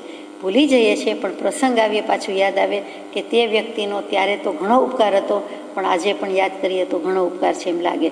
તો આવી ક્ષુલ્લક વસ્તુ, એક બે વખતની વાત, કે કોઈએ ચા પીવડાવી તો એનો ઉપકાર, કોઈ એકવાર જમવા આપ્યું તો ઉપકાર, તો એ બધાનો ઉપકાર ઓળવતા નથી, અને ન જ ઓળવવો જોઈએ. તો પછી અનંતકાળમાં જે નહોતું મળ્યું તેવું સત પીરસે, સતનું ભાન કરાવે, સદગુરુના ઉપદેશથી આવ્યું અપૂર્વ ભાન, એનો ઉપકાર તો કેમ ઓળવાય? એટલે વ્યવહાર કે પરમાર્થમાં કોઈના ઉપર ઉપકાર ન થઈ શકે તો કાંઈ નહીં, પણ જેનો જેટલો ઉપકાર છે તે ક્યારેય ઓળવવા જેવો, ઓળંગવા જેવો, ભૂલી જવા જેવું નથી. જગતમાં ઉપકાર કરવા કરતાં ઉપકાર ઓળવી જનારાની સંખ્યા વધારે છે, એટલે કૃપાળુદેવને પણ લાગી આવ્યું છે, લખાઈ ગયું છે. 30મું વચન છે, અમે બહુ વિચાર કરીને આ મૂળ તત્વ શોધ્યું છે કે ગુપ્ત ચમત્કાર જ સૃષ્ટિના લક્ષમાં નથી. ઘણા કાળની વિચારણા પછી બહુ વિચાર કરીને લખ્યું છે, આ મૂળ તત્વ શોધ્યું છે. મૂળ તત્વ શું? તો કે મૂળમાં મૂળ આત્મા અને કર્મ બે જ છે. આત્માય મૂળથી એટલે અનાદિકાળથી છે, કર્મ અનાદિકાળથી છે. જો આત્મા કહી દઈએ મૂળ તત્વ, તો કર્મ પણ કહેવાના અમે ક્યાં જઈએ? તો કર્મને તત્વ કયું છે? કર્મ જડ વસ્તુ છે, તો જડને તત્વ તો કયું છે? જીવ તત્વ ને અજીવ તત્વ, પુણ્ય તત્વ ને પાપ તત્વ, આશ્રવ અને સંવર, નિર્જરા અને બંધ અને મોક્ષ. તો તત્વ તો કયું છે? જડ કર્મને દ્રવ્ય કયું છે? તો કે એ પણ ખરું, ક્યાંક તો આવે જ છે, પણ એ અજીવમાં આવે છે, અજીવ તત્વમાં છે. એને દ્રવ્ય કેવું ઠીક લાગતું નથી, પણ કહેવું તો પડે, કેમ કે પૂતગલાસ્તિકાયમાં કર્મ આવ્યા છે, અનંત વર્ગણા છે, કાર્બન શરીર છે, અનંત વર્ગણા છે, એટલે એને જળ દ્રવ્ય કહેવું પડે. જળ તત્વ છે, જળ દ્રવ્ય છે, અને જળ દ્રવ્ય જળ ભાવે પરિણમે. તો કૃપાળુદેવ કહે છે કે જળ ભાવે પરિણમે, ચેતન રૂપે પરિણમે. એમાં નવાઈ શું છે? એમ જ સિદ્ધાંત છે, પણ આ જીવ સમજતો નથી. કોઈ પલટે નહીં, છોડી આપ સ્વભાવ, પોતાનો સ્વભાવ છોડીને, આત્મા સ્વસ્વભાવ છોડીને, ચૈતન્ય સ્વભાવ છોડીને પરભાવે રમે છે, પરભાવમાં જાય છે, પરની વાતમાં જાય છે, વિકથામાં જાય, વિષયમાં જાય છે. તો ત્યાં કૃપાળુદેવને લાગ્યું છે બરાબર કે ગુપ્ત ચમત્કાર જ સૃષ્ટિના લક્ષમાં નથી. બાહ્ય આડંબર, બાહ્ય વસ્તુનું જીવને મહત્વ છે. બાહ્ય દીક્ષા, બાહ્ય સંયમ, બાહ્ય જે કાંઈ હશે તે બધાને અસર કરી જશે, પ્રભાવિત કરી જશે. પણ ગુપ્ત ચમત્કાર, ગોપવીને રાખેલું, સુરક્ષિત રાખેલું, આરક્ષિત કરેલું એવું જે ગોપનીય તત્વ, એવું દરેકના માટે પોતાનું શુદ્ધ આત્મતત્વ, ચૈતન્ય તત્વ, અહીંયા ગુપ્ત તત્વ, ગુપ્ત એટલે આત્મા, એનો ચમત્કાર જ સૃષ્ટિના લક્ષમાં નથી. અંતરંગ દશા જેની બદલાઈ ગઈ છે તેવા પરમ કૃપાળુ દેવ તે જગતવાસી જીવને ખબર નથી કે આ પરમાત્મા છે, આ પરમાત્મા સાથે ડીલ કરી રહ્યા છીએ, કે આ પરમાત્માની સાથે છે કંઈ, એવું કૃપાળુ દેવ વખતના જે જીવો હતા એ સમજી શક્યા નથી. પરમાત્મા તો શું, પણ સમ્યક દૃષ્ટિ પામેલા જ્ઞાની પુરુષ છે એવો પણ એમને ભાવ થયો નહીં. તો કે ગુપ્ત ચમત્કાર જ સૃષ્ટિના લક્ષમાં નથી. કોઈ પણ જીવને લાગુ પડે છે, બહારથી જે દેખાય છે તે જ જીવ જુએ છે. અંતરંગ પરિણતિ ઉપર કોનો લક્ષ જાય, અંતરંગ દશા પર કોનો લક્ષ જાય? તો કે તે દશામાં જે મુકાતો હોય, મૂક્યો હોય, મૂકવું હોય, જેને પરીક્ષક વૃત્તિ બુદ્ધિ હોય તેનો જાય. બાકી સૃષ્ટિ સૃષ્ટિ જ છે. સામાન્યપણે જગત જગત જ છે. અને દુનિયાને બે ન્યાય છે. અને મોટા ભાગની પ્રભુશ્રીજી કહે છે ન્યાય કહેતા જ દુનિયા, દ્વિ બે, અને નિયા એટલે ન્યાય. તો કે દુનિયામાં જ બે ન્યાય છે. અને મોટા ભાગનો ખોટો ન્યાય છે, ગાંડી છે. ત્યાં ચોખ્ખું કહી દીધું છે. તો અહીંયા આપણને સમજાય કે ગુપ્ત ચમત્કાર કહેતા આત્માનો ચમત્કાર, આત્માની પરિણતિ એ જ સૃષ્ટિને, જગતને, જગતવાસી જીવોને જોવામાં આવતી નથી. સમાપનાના પાઠમાં કહીએ છીએ જેમ જેમ હું સૂક્ષ્મ વિચારથી ઊંડો ઉતરું છું તેમ તેમ તમારા તત્વના ચમત્કારો મારા સ્વરૂપનો પ્રકાશ કરે છે. તે શું સૂચવે છે કે જેમ જેમ ઊંડો ઉતરું છું તેમ સૂક્ષ્મ વિચારણા કરું છું, આત્માની વિચારણા કરું છું, તેમ તમારા તત્વના ચમત્કારો આપણે કૃપાળુદેવને સંબોધીને કહીએ એટલે હે પરમ કૃપાળુદેવ, તમારા તત્વના એટલે તમારા શુદ્ધાત્મ તત્વના ચમત્કારો જે કંઈ છે, જે ચમત્કૃતિ થઈ છે, ચમત્કાર શું છે? કંઈ જાદુ થઈ જાય તે છે? તો કે એક રીતે એવું જ છે કે બંધ હોઈને ખુલી જાય ને ખુલ્લું હોઈને બંધ થઈ જાય. ખુલજા સમસમ, મિથ્યાત્વથી બારી ખુલી જતી, બંધ જ હતી, તેને મોક્ષની બારી ખુલી દીધી. મિથ્યાત્વમાંથી મોક્ષ, ખુલજા સમસમ, એ જ જાદુઈ ચિરાગ. તો રીતસર કોઈ ડબ્બી આવતી નથી, ઇન્જેક્શન આવતું નથી, શોટ અપાતો નથી, ટેબ્લેટ આવતી નથી, કેપ્સ્યુલ આવતી નથી. પણ કેવી રીતે થાય છે? તો કે સદગુરુના બોધે થાય છે. અહો સત્પુરુષના વચનામૃત, મુદ્રા અને સત્સમાગમ. તો આ ગુપ્ત ચમત્કાર સર્જાય છે એટલે આત્માને આત્મતત્વની પ્રાપ્તિ થાય છે. દુનિયાને દેખાતું નથી. સમ્યક દૃષ્ટિની કે જ્ઞાની પુરુષની અંતરચર્યા ઘણી જ ગહન રહી છે. ભરત ચક્રવર્તીજીએ પણ સાબિત કરી આપ્યું છે કે એ કોઈને નજરમાં આવતું નથી, કોઈને ખ્યાલ આવતો નથી કે મારે માથે આટલો ભાર છે, મિથ્યાત્વથી મુકાવું છે, મોક્ષે જવું છે. તો પેલા થાળ ભરેલું દૃષ્ટાંત આપ જાણો છો એટલે કહેતી નથી કે એને કહ્યું કે તે આખા જગતમાં, આખા ગામમાં ફરીને શું જોયું? તો કે મારા માથે તેલનો થાળ ભરેલો હતો અને એકેય ટીપું ઢોળાવવું ન જોઈએ. એક ટીપું ઢોળાય તો મારો શિરચ્છેદ થવાનો હતો, એવી સજા હતી. તો હું કેવી રીતે બધું માણું કે જોઉં? મેં કાંઈ જોયું નથી. મારો લક્ષ્ય મારા માથા પર તેલનો થાળ છે અને એનું ટીપું ન ઢોળાય, પાછું ચાલતા ચાલતા જવાનું, એટલે એમાં જ લક્ષ્ય રહ્યો છે. તો ભરતજી બરાબર ચેતાવે છે કે એક સમય પણ લક્ષ્ય દુર્લક્ષ થવો ન જોઈએ. તો થાળમાંથી ટીપું ઢોળાય તો મારે અનંતકાળના પરિભ્રમણ, અનંત ભવનું ભ્રમણ ટાળવાનું હતું. તો પછી મારો લક્ષ્ય પણ એક એક સમયે હું ચૂકું. મારો લક્ષ્ય આત્મામાં જ છે, મારો ઉપયોગ આત્મામાં જ છે અને કોઈનો પણ એમ જ હોવો જોઈએ. અને એને બોધ આપી દીધો. એ જ બોધ આપણને છે કે અંતરચર્યા ઘણી જ ગહન છે, સૂક્ષ્મ છે, કહી જતી નથી. અને ગુપ્ત ચમત્કાર સૃષ્ટિના લક્ષમાં નથી. ચમત્કાર કરી બતાવો એ યોગીનું લક્ષણ નથી. 260માં પત્રમાં કે 250માં છે. તો પછી કયું છે? તો કે એક કેવળ સતને જ અનન્ય નિષ્ઠાએ આચરે તેને જ ચમત્કારી કયો છે, તેને જ સંત પુરુષ કયો છે, તેને જ સત્પુરુષ કયો છે. બાહ્ય શોખ ડોળ એને કંઈ કીધો નથી, ઢોંગને કીધો નથી. પણ જે ગુપ્ત છે તે છે. પણ જીવને હંમેશા પેલું એની વાંક પણ નથી. એની દૃષ્ટિ બાહ્ય છે, બહિરાત્મપણું છે. એટલે એને જે જુએ છે તે પેલું બહારનું જ દેખાય છે. આપણે પણ કોઈની સામે દૃષ્ટિ કરીએ તો પેલું બાહ્ય જ દેખાય છે. બાહ્ય વેશ, બાહ્ય ચારિત્ર, બાહ્ય વર્તન, બાહ્ય ભાષા વગેરે બધું જ. પછી આપણને કદાચ પરીક્ષક વૃત્તિ હોય તો થાય, નહીં તો થતું નથી. તો ગુપ્ત ચમત્કાર જ સૃષ્ટિના લક્ષમાં નથી. 31મું વચન છે, રડાવીને પણ બચ્ચાના હાથમાં રહેલો સોમલ લઈ લેવો. પાછી સોમલની વાત આવી. સોમલ એટલે ઝેર, ખનિજ ઝેર. શું કામ? તો કે બાળકને તો ખબર નથી એટલે એ તો ફાવે તેમ કરે. પણ આપણને તો ખબર છે ને, બાળક બુદ્ધિ બાળકમાં હશે. આપણે જો કંઈક મોટા છીએ અથવા બાળક નથી, બાળકથી જુદા કે મોટા છીએ, તો આપણે એના હાથમાંથી લઈ લઈએ શું? ઝેર તો શું, બીજી ઘણી વસ્તુ એવી હોય એને નુકસાન કરે એવી તો પડાવી લઈએ, લઈ લઈએ, રડાવીને પણ લઈ લઈએ. જ્ઞાની પુરુષની એટલી જ અનંતી કરુણા છે કે આપણે બધા જ બાળ જીવો, અજ્ઞાની જીવો, ત્યાં બાળક કહી દીધા તો કે છે તમારા હાથમાં વિષયનું વૃક્ષ છે, વિષયનું ઝાડ ઉગાડ્યું છે, વિષનું વૃક્ષ છે, ઝેર જ પીઓ છો એના કરતાં અમૃત પીઓ. આત્મા અમૃતનો દરિયો છે અને કસ્તુરી મૃગની જેમ પોતાની પાસે હોવા છતાં શું કામ બીજે શોધો છો, શું કામ બીજે જાઓ છો? અને ખોટું પકડ્યું હોય તો અમે તમને રડાવીને પણ તમારા હાથમાંથી લઈ લઈએ છીએ. જે વસ્તુ હાથનોંધમાં મૂકી છે, પહેલી હાથનોંધ 37મો બોલ, કે જે જીવ સત્પુરુષના ગુણનો વિચાર ન કરે અને પોતાની કલ્પનાના આશ્રયે વર્તે તો જીવ સહજ માત્રમાં ભવવૃદ્ધિ ઉત્પન્ન કરે છે, કેમ કે અમર થવાને માટે તે ઝેર પીવે છે. બધું બહુ કહી દીધું છે કે સત્પુરુષના ગુણનો વિચાર કરે નહીં અને પોતાની કલ્પનાના આશ્રય વર્તે કે હું જ સત્પુરુષ, હું જ જ્ઞાની, અથવા મને જ પ્રાપ્તિ, અથવા હું જેને કહું છું તે જ્ઞાની, તે સત્પુરુષ, તો એમ નહીં. તે જીવ શું કરે છે તો કે સહજ માત્રમાં, સહેજ સાજમાં, નહીં જેવી વાતમાં, જોત જોતામાં, સમય માત્રમાં ભવવૃદ્ધિ ઉત્પન્ન કરે છે, પોતાના ભવ વધારી દે છે. કેમ કે ખોટાને સાચું કીધું અને સાચાને ખોટું કીધું અને અમર થવાને માટે ઝેર પીવે છે. અને માનો કે જ્ઞાની નથી અને જ્ઞાની કેવડાવે છે, પોતે નથી અને કેવડાવે તો પણ એ અમર થવાને માટે ઝેર પીવે છે કે મોટો થવા જાય છે, માન પૂજા લેવા જાય છે, કીર્તિની કામના છોડી નથી. કંચન કામીની છૂટી જાય છે, કીર્તિ નથી છૂટતી. અને કીર્તિ એ ઘણી ખરાબ છે, કીર્તિની લાલસા ખરાબ છે, કીર્તિ જ ખરાબ છે.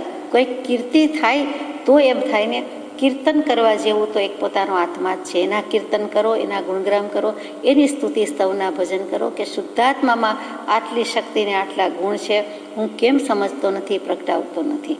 બાકી કોઈની કીર્તિ યશોગાન ગાવા જેવા નથી. બાળચારણ જે કરે તે કરે, આપણને શોભે નહીં. ખુશામદ ખુદાને પ્યારી છે એમ લૌકિક વચન છે, પારલૌકિક રીતે નથી. અને માનો કે એને ગણાવવું હોય તો એમ કહેવાય કે એ રીતે ખુદાને પ્યારી છે એટલે આપણે પરમાત્માના ગુણગાન તો ગાઈશું, જેની નિષ્કારણ કરુણાને સ્તવતા નિત્ય નિરંતર. જો નિષ્કારણ કરુણાને નિત્ય પ્રત્યે નિરંતર સ્તવવામાં પણ આત્મ સ્વભાવ પ્રગટે છે. માટે ગાઓ ગાઓ મોમોક્ષુ સર્વે પ્રભુ કૃપાના ગાન, પ્રભુ કૃપા બળવાન અલખથી ગુરુ કૃપા બળવાન. ગાઓ ગાઓ પ્રભુ કૃપાના ગાન, ગુરુ કૃપાના ગાન. એટલે અહીંયા જે જ્ઞાનીની થવાની એષણા, સત્પુરુષ તરીકે પૂજાવાનું માન વગેરે તેના પ્રત્યે પણ નિર્દેશ કરી દીધો છે કે એ સહેજ સાજમાં આવા ભાવની વૃદ્ધિ કરી નાખે છે. એ ક્યારેય ક્ષમ્ય નથી, અનંતકાળથી નથી કર્યું, એ કરવા બેઠા ત્યારે આ ભવે કદાચ ઢીલમાં પડે તો પડે, પણ એથી કરીને આવો ઉતાવળો નિર્ણય કે અચાનક કંઈ કરી નાખીએ તો જ્યાં ચડવા જતા હોય ત્યાંથી પણ પડી જવાનો પ્રસંગ આવે. માટે પરમ કૃપાળુ દેવ તો પરમ કૃપાળુ દેવ થઈ જ ગયા કે સત્પુરુષો 3 થઈ ગયા, તે થઈ જ ગયા. જો એની સત્પ્રતીતિ હોય તો એના પ્રત્યે જ પ્રીતિ રહે, આપણું કાંઈ ફોકસ ખસી ન જાય, આપણું ધ્યાન બીજે ન જાય કે એમાં ભૂલ નથી, એમાં ભૂલ થાપ ખાવાનો અવસર નથી. એ હકીકતે થઈ ગયા તે થઈ ગયા. જો ત્યાં નથી અને બીજે જીવ દોડે છે તો તરત એમ થાય છે કે એને પૂર્ણ પ્રેમ કે પ્રતીતિ આવ્યો જ નથી, એને પરમાત્મા પ્રત્યે પ્રેમ આવ્યો જ નથી. એને જો પરમ કૃપાળુદેવના ગુણગ્રામ ગયા તો એમ થઈ જ જવું જોઈએ કે મારે તો આ એક જ છે અને હવે બીજું બધુંય ગૌણ છે, બીજું કાંઈ જોઈતું નથી. મારે તો આ જ દેવ, આ જ ગુરુ, આ જ ધર્મ, આ જ સદગુરુ ને આ જ સદદેવ. એટલી શ્રદ્ધા પ્રગટે. પેલી કચાશ છે, પોતાને સંતોષ નથી. જેને આંબાની ડાળે પોપટ બેસીને આંબો ખાતો હોય અથવા તો લાલ મરચાં ભાવતા હોય, દાડમ ભાવતા હોય, એ પોપટને પછી બીજે કહો કે બીજે જઈને ઉડ ને બીજે પડ ને બીજે જઈને જમજે. શું કામ જાય ને શું કામ પડે, શું કામ ઉડાડીએ? આ તો ઉડાડનારા ઉડાડે, પોપટ જાય નહીં. તો એ દૃષ્ટાંત બોધદાયક છે કે આપણને જો એકમાં પ્રીતિ આવી તો આપણે પછી બીજા પર જઈએ જ નહીં, સવાલ નથી. ભૂખ્યા તરસ્યા હોઈએ, તૃપ્તિ ન હોય, સંતોષ ન હોય, એ જ જાય. એનો અર્થ જ એ કે એણે પૂરો પ્રેમ ઢોળ્યો જ નથી. એટલે બહુ સમજવા જેવી વાત કહી દીધી છે અહીંયા કે રડાવીને પણ બચ્ચાના હાથમાં રહેલો સોમલ લઈ લેવો. આ દૃષ્ટાંત, આ વચન કેમ મૂક્યું છે? આ વચનામૃતના પત્રમાં મૂકેલું વચન છે, એટલે જીંદ પ્રવચન છે, જેવું તેવું નથી. કૃપાળુદેવની દશા કેવી છે ને પછી લખ્યું છે. એટલે દેખીતું સાવ નાનું સ્થૂળ દૃષ્ટાંત લાગે છે, પણ લખે કેવી રીતે? તો કે જે રીતે જેને સમજાય તે રીતે. તો આપણે વળી કેટલા બાળકોને મોટા કરવાના અને કેટલાની પાસેથી ડૉક્ટરની અદાથી સોમલ લઈ લેવાના છે? આપણે તો પ્રસંગ પડે કે નહીં, એમાં બોધ શું છે એ ગ્રહણ કરી લેવા જેવું છે. 32મું વચન છે, નિર્મળ અંતઃકરણથી આત્માનો વિચાર કરવો યોગ્ય છે. ગમે તે થાય પણ ત્યાંથી ભગવાન આત્મા પર થોડી થોડી વારે લાવે. આમ તો દરેક વચનમાં આત્મા જ છે, પણ પાછું કહે છે કે અમે આ કહીએ છીએ તે કંઈક સમજો, વિચારો અને નિર્મળ અંતઃકરણથી વિચારો. નિર્મળ, પવિત્ર અને શુદ્ધ, રાગ દ્વેષ રહિત. તો એવા તો થયા નથી, પણ તટસ્થતાથી, કંઈક શુદ્ધ ભાવથી, સમભાવથી, મધ્યસ્થ બુદ્ધિથી વિચાર કરો. એટલે નિર્મળ અંતઃકરણથી, ક્યાંય પક્ષપાત કે પૂર્વગ્રહ રાખ્યા સિવાય વિચાર કરો. શું કામ? તો કે જ્યાં પક્ષ આવે છે ત્યાં જ બધું આવે છે. જ્યાં મત આવે છે ત્યાં સત પ્રગટી શકતું નથી. મતમાંથી જ મનભેદ અને મતભેદ થાય અને વધે. તો કે તેટલે મતાર્થીના લક્ષણ મૂક્યા, પછી આત્માર્થીના એટલે સત્યાર્થીના મૂક્યા. તો જેવો મત ખસે એટલે સત તો હતું જ, કંઈ લાવવાનું નથી. સતની આડે બધો મત આવી ગયો હતો. મત ગયો એટલે પોતાનું અસ્તિત્વ તો છે જ. એટલે ભેદાભેદ, પક્ષાપક્ષી, પક્ષ પૂર્વગ્રહ છોડી દેવાની વાત આવી. શુક્લ અંતઃકરણ વિના મારા કથનને કોણ દાદ આપશે? એમ કૃપાળદેવે ક્યારે લખ્યું હશે?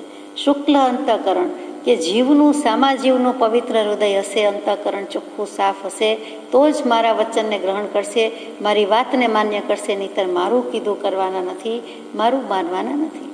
એટલે ત્યાં શુક્લ અંતઃકરણની અપેક્ષા રાખી છે. કૃપાળદેવે કહી દીધું શરત મૂકી, પૂર્વ શરત મૂકી આપણા પક્ષે, સામાના પક્ષે, કે હવે પૂર્વ શરત એટલી જ છે કે તમારું હૃદય નિર્મળ પવિત્ર કરો. એટલે ચોખ્ખા મનથી આપણે કહે ને કે તું તટસ્થતાથી વિચાર કર, તું ફ્રેન્કલી વિચાર કર, તું નિખાલસતાથી વિચાર કર, તું સહૃદયતાથી વિચાર કર, તું સદભાવથી વિચાર કર, મધ્યસ્થતાથી વિચાર કર. એ પણ મોટો ગુણ છે. મધ્યસ્થતા પણ એમનામાં આવતી નથી. સરળતા, મધ્યસ્થતા, જીતેન્દ્રિયતા અને વિશાળ બુદ્ધિ એ તત્વ પામવાનું ઉત્તમ પાત્ર છે. એવા સરળતા અને કેટલીક વખત મધ્યસ્થતા. સરળતા તો હજી પૂર્વભવની પ્રસાદી, પણ મધ્યસ્થતા આ ભવમાં કેળવે તો કેળવી શકાય. જીતેન્દ્રિયતા અને મધ્યસ્થતા આ ભવમાં કેળવી શકાય એવો ગુણો છે. અને એ નહીં કેળવાય તો તત્વ કંઈ મળી શકવાનું નથી, આત્મા પ્રાપ્ત થવાનું નથી. તો નિર્મળ અંતઃકરણ એટલે પવિત્ર અંતઃકરણથી, પવિત્ર મનથી આત્માનો વિચાર કરવો યોગ્ય છે. પછી નીચે ફૂટનોટમાં મૂક્યું છે, આત્મા કહેતા ગુપ્ત ચમત્કાર. જે કંઈ છે તે ગુપ્ત ચમત્કાર છે, આત્માના ચમત્કાર છે, ગોપવી ન શકાય. આપણને કોઈ કહે કે આત્મા ઘેર મૂકીને આવો, તો આપણે ઘેર મૂકીને આવી શકીએ, બહાર જઈ શકીએ, ન જઈ શકીએ. આત્મા કોઈને આપી દો તો આપી દઈએ, ન આપી દઈએ, ન આપી શકાય. લીધો લેવાય નહીં, દીધો દેવાય નહીં, મૂક્યો મુકાતો નથી. જેનાથી ત્રણ કાળમાં ક્યાંય ભાગી છૂટી શકાતું નથી તેવો આત્મા છે. સિદ્ધાત્મા થાય તો આત્માનું અસ્તિત્વ તો છે જ, સ્વરૂપ તો છે જ, સંસારમાં તો છે જ. એટલે આત્મા તો છે ને છે, અજર, અમર, અવિનાશી, દેહાતીત, નિર્વિકલ્પ બધું છે, પણ એ પ્રગટાવ્યું નથી. બાકી આત્મા તો આપણી પાસે છે જ. એટલે આત્માથી ભાગી છૂટી શકાતું એમ નથી. એટલે કે ગુપ્ત ચમત્કારની વાત થાય છે. ગુપ્ત, ગોપવવું. આત્મા પોતે જ પોતાનું રક્ષણ કરે છે, સુરક્ષિત છે, આરક્ષિત છે. ભાગી છૂટી શકાય નહીં, જઈ શકાય નહીં. એને મૂકીને બહારગામ જઈ શકાતું નથી. એને કોઈને ઉછીનો ઉધાર આપી શકાતો નથી. દીધું દેવાતું નથી, લીધો લેવાતો નથી, મૂક્યો મુકાતો નથી. આત્માથી ભાગીને ક્યાં જશું? તો 537માં કૃપાળદેવે એ જ વાત મૂકી કે પોતાનું સ્વપ્નમાં પણ કોઈ વખત મરણ જોઈ નાખે છે. તેમ પરદ્રવ્યને વિશે પણ પોતાની માન્યતા મૂકે છે, કલ્પના કરે છે. પરદ્રવ્યને વિશે સ્વદ્રવ્યની કરે છે. મને થયું મારા છે, તો મારાપણું તો મૂકવાની વાત છે. તો એ જે માન્યતા છે, પરમાં સ્વની માન્યતા, એ જ સંસાર છે, એ જ નરકાદી ગતિનો હેતુ છે, અને એ જ બધું કરાવે છે. એ 537માં પત્રમાં બહુ સુંદર છેલ્લે મૂકી દીધું છે. અહીંયા એ જ કહેવું છે કે ગુપ્ત ચમત્કાર એટલે ગોપવી ન શકાય એવું છે. તું તારાથી સંતાઈ જાતો એમ કહે તો આપણે થપ્પો રમી શકતા નથી. થપ્પો રમવામાં શું હતું? થાપવું, સ્થાપવું. પોતે હું છું એમ થપ્પો કહી દેતા આપણે રમીને. તો કે ગમે ત્યાં હોય સામી વ્યક્તિને શોધવાની, અને પછી શોધી કાઢીને કે થપ્પો મેં શોધી કાઢ્યું, સ્થાપિત કરી દીધું. પોતે પોતાનું તો સ્થાપના છે, બીજાની પણ કરી કે તું સંતાઈ ગયો, મેં શોધી કાઢ્યો, અહીંયા છું. અને શોધી ન કાઢ્યો હોય તો પણ એ રમત છે, આપ જાણો છો. તો અહીંયા શું છે કે પોતાનો આત્મા પોતાને જડતો નથી, એનાથી તો જડતર થયેલું છે આત્મામાં દેહનું. અને તેમ છતાં એ ફ્રેમ મળતી નથી, ફ્રેમનું મૂળ વસ્તુ મળતી નથી. દેહને ફ્રેમ કયો તો પછી જડનાર કેમ નથી? તો કે જડમાં જડનારો હોય નહીં, જડમાં એને શોધનારો હોય જ નહીં, ચેતન દ્રવ્ય હોય જ નહીં. તો ગયું ક્યાં? તો કે બંને દ્રવ્ય સાથે જ રહ્યા છે, પણ શોધ કરીએ છીએ. ગુપ્ત ચમત્કાર છે, ગોપવીને રિઝર્વેશન કરીને બેઠા છીએ. ડબ્બીમાં ડબ્બી, એમાં ડબ્બી, એમાં ડબ્બી, એમ 7-9 ડબ્બી ખોલો ત્યારે પેલું અત્યંત મોંઘું રત્ન મળે કે નીકળે. જેમ ઝવેરાત સાચવીએ છીએ તેમ જ આપણે આત્માને સાચવીને બેઠા છીએ. પણ સાચવીને એનો ઉપયોગ ન કરીએ તો કામનું શું વસ્તુ?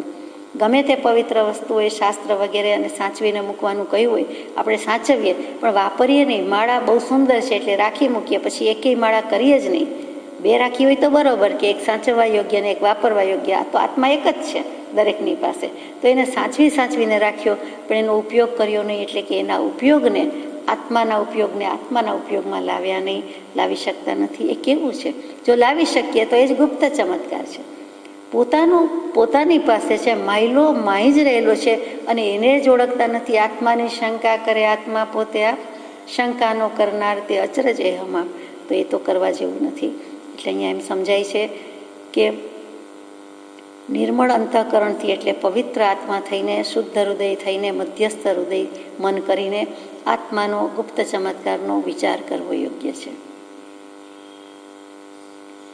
33મું વચન છે, જ્યાં હું માને છે ત્યાં તું નથી, જ્યાં તું માને છે ત્યાં તું નથી.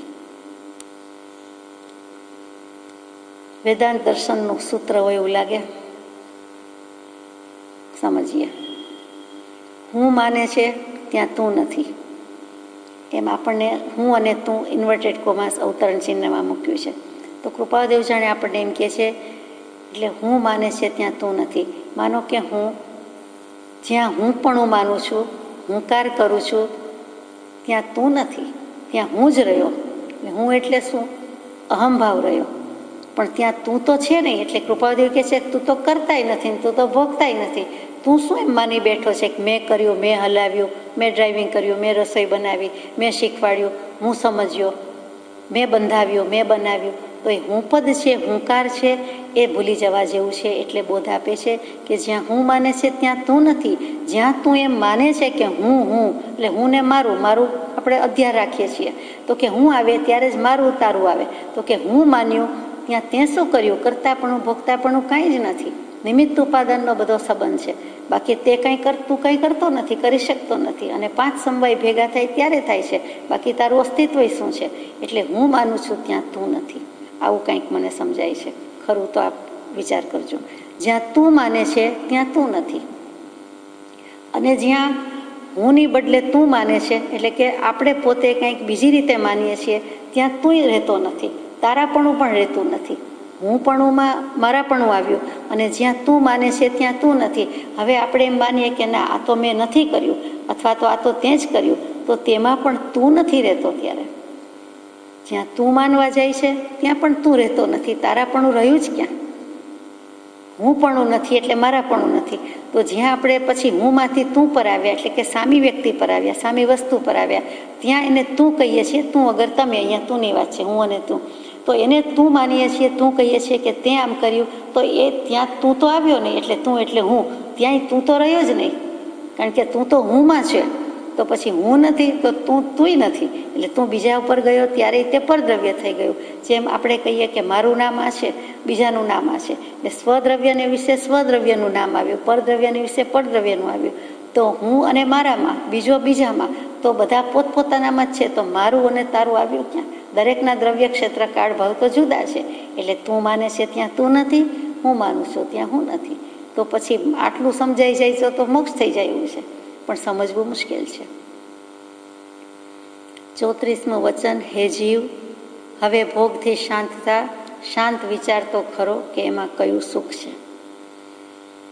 હજી આટલી મોક્ષની વાત પછી, મિથ્યાત્વ છોડવાની વાત પછી માનતા નથી, આત્માનો વિચાર કરતા નથી. તો કૃપાદેવ થાકીને જાણે આપણને કહેતા હોય એમ છેલ્લું પાનું, હે જીવ સાંભળતો નથી એમ.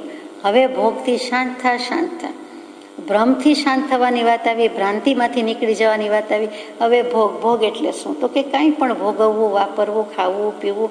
એ 7મા વ્રતમાં ભોગ વ્રતના અતિચાર બતાવ્યા છે કે દરરોજ 26 રીતે માણસ વાપરતો હોય છે. એમાં બધું આવી જાય, ખાવું, પીવું, ઉઠવું, બેસવું, બૂટ ચંપલથી માંડીને મેવા, મુખવાસ, નટ્સ, ફ્રૂટ્સ, ધંધા પાણી, બધું એટલે બધું એ 26 વસ્તુ મૂકી છે. તો એ સિવાયની અનંત થતી હશે. તો એ ભોગની વાત આવી. તો ભોગમાં વિચાર તો ખરો કે એમાં કયું સુખ છે. તો અહીંયા આપણને ભર્તૃહરિજી યાદ આવી જાય કે ભોગે રોગ ભયમ કુલે ચ્યુતિ ભયમ ચિત્તે વિત્તે નૃપા આહલાદ ભયમ. બધી વસ્તુમાં ભય જ રહેલો છે. પછી છેલ્લે મૂકે છે કે સર્વમ વસ્તુ ભયાન્વિતમ ભુવિ નૃણામ વૈરાગ્યમેવ અભયમ. એટલે આ પૃથ્વી ઉપર બધું ભોગમાં ભય જ છે. કેવી રીતે? તો કે ભોગમાં રોગનો ભય છે, સૌંદર્યમાં તો સૌંદર્ય જ પોતે જ પોતાનો દુશ્મન થાય છે. પછી કુળમાં કોઈક વખત કુળ અટકી જાય છે, સંતાન પ્રાપ્તિ થતી નથી. અગર તો સતત સંતાન પ્રાપ્તિ થાય એવી રીતે પુત્ર વગેરે નથી, તો એ પ્રવાહ પરંપરા અટકી જાય છે.